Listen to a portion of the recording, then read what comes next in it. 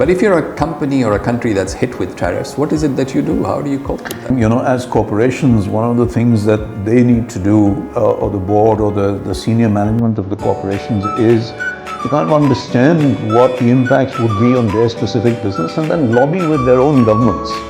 And to say that, here's how this is going to affect us. I mean, if it's perhaps textiles, for example, in Pakistan, and the US, for example, is the largest customer for our textile exports. Yes.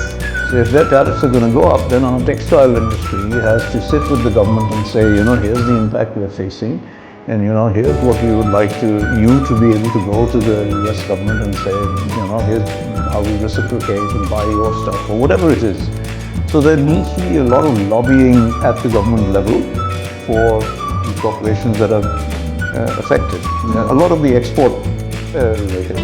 A lot of the corporations are actually not affected that much because the nature of their business is such that the tariff doesn't really matter much.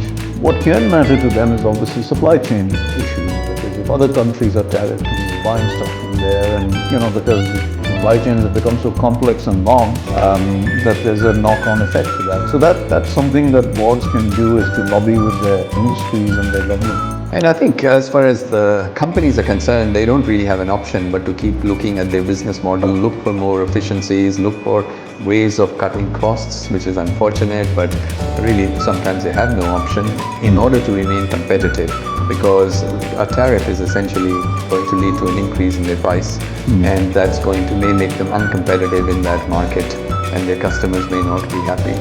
Some of the companies have found that they are at the wrong end of their contracts with their clients as well, that there is no provision for them to increase prices as a result. So one of the things I would suggest, if your company is going to be affected, is go back to the drawing board, look at the contracts and see whether you have that clause or not.